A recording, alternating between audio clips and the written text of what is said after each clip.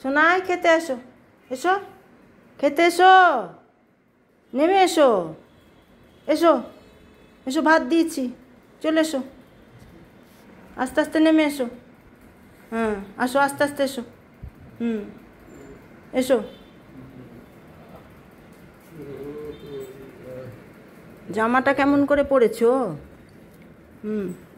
এখানটায় বসো, বসো।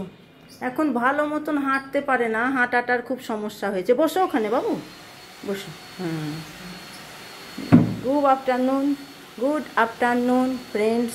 এই যে সোনাই চলে এসেছে, বেলা 12টা, সোনাই খেতে চলে এসেছে। আজকে রান্নার রেসিপিটা দেখিয়ে দিই, খুব সিম্পল রেসিপি।